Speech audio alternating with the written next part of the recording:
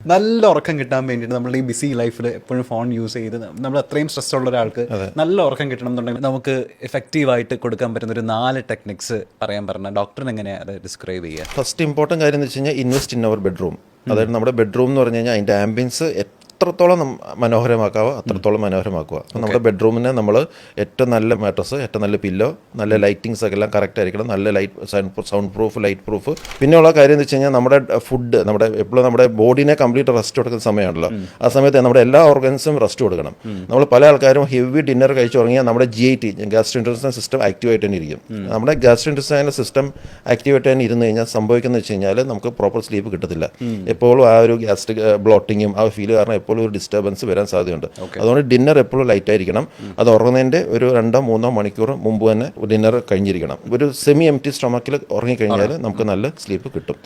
ഇപ്പോൾ എല്ലാവരും ഇപ്പോൾ സോഷ്യൽ മീഡിയയിലൊക്കെ ഞാൻ കേട്ടിട്ടുണ്ട്, അതായത് നമ്മൾ എപ്പോഴും ഡിന്നർ 6 മണിക്ക് മുന്നേ, അതായത് സൂര്യൻ അസ്തമിക്കുന്നതിന് മുന്നേ നമ്മൾ കഴിക്കുന്നതാണ് ഏറ്റവും ഹെൽത്തി എന്നുള്ളത്. പക്ഷേ നമ്മൾ ഈ രാത്രി 10 മണിക്കാണ് കിടക്കുന്നതെന്നുണ്ടെങ്കിൽ 6 മണിക്ക് കഴിച്ച ആൾ ഒരു 9 മണി 9:30 ആകുമ്പോൾ പിന്നെയും വിശക്കാനുള്ള ഒരു ടെൻഡൻസി കൂടുതലല്ലേ? അപ്പോൾ എന്താ ഇപ്പോൾ ചെയ്യുക? നമ്മൾ 10 മണിക്ക് ശീലിച്ച ഒരാൾ പെട്ടെന്ന് 6 മണിക്ക് കഴിച്ചിട്ട് പിന്നെ 10 മണിക്ക് കഴിക്കുന്നത് ചിലപ്പം വിശന്നിരിക്കും. അത് ബോഡിയുടെ ഹാബിറ്റിൻ്റെ ഭാഗമായിട്ടാണ്.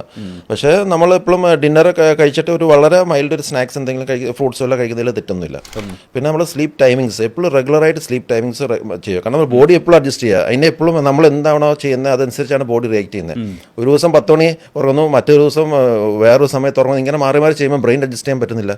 അപ്പോൾ എപ്പോഴും നമ്മുടെ സ്ലീപ്പ് ടൈം കറക്റ്റായിട്ട് വെക്കുക. ഒരു 10 മണിക്ക് ഉറങ്ങുന്ന ഒരു ശീലമാക്കി കഴിഞ്ഞാൽ ഓട്ടോമാറ്റിക് ടൈം ആകുമ്പോഴേക്കും നമ്മുടെ ബോഡിയിലെ മെലറ്റോണിൻ സെക്രേറ്റ് നമ്മൾ സ്ലീപ്പ് ഇൻഡക്ഷനിലേക്ക് പോകുന്നു.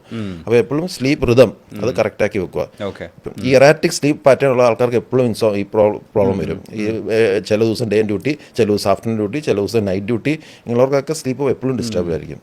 4ാമത്തെ ഒരു important technique sleep induction techniques ആണ്. അതായത് നമ്മുടെ ബോഡീനെ നമ്മൾ സ്ലീപ്പ് ഇൻഡ്യൂസ് ചെയ്യാൻ വേണ്ടി ചില പ്രാക്ടീസുകൾ നമ്മൾ ചെയ്യണം. അപ്പോൾ നമ്മൾ ഓരോരുത്തർക്കും ഓരോ രീതിയാണ്. ഇപ്പോൾ ചിലർക്കൊക്കെ ആണെങ്കിൽ നല്ലൊരു ലൈറ്റ് മ്യൂസിക് ഇങ്ങനെ സ്ഥിരമായിട്ട് കേട്ട് അങ്ങനെ ശീലമായി കഴിഞ്ഞാൽ കുറയുമ്പം പാട്ട് കേൾക്കുമ്പോൾ തന്നെ ഉറക്കം വരാം. ഇനീഷ്യലി അതിൻ്റെ ഒരു ഗുണം കിട്ടിയെന്ന് വരില്ല. നമ്മളിങ്ങനെ പാട്ട് കേട്ടാലും ഉറക്കം വന്നില്ല. പക്ഷേ സ്ഥിരമായിട്ട് ഇങ്ങനെ കേട്ട് ഉറങ്ങുമ്പോഴേക്കും കുറേ കഴിയുമ്പോൾ പാട്ട് കേൾക്കുമ്പോൾ തന്നെ ഉറക്കം വരും. അത് പാട്ടാവാം, ആൽഫ മെഡിറ്റേഷൻ ആവാം, എന്തെങ്കിലും ഒരു മെഡിറ്റേറ്റ് ചെയ്ത് അങ്ങനെ ആവാം, അല്ലെങ്കിൽ നമ്മൾ എന്തെങ്കിലും ഇഷ്ടമുള്ള ഒരു പ്രോഗ്രാം വാച്ച് ചെയ്യുമ്പോൾ അങ്ങനെ ചെയ്യാം.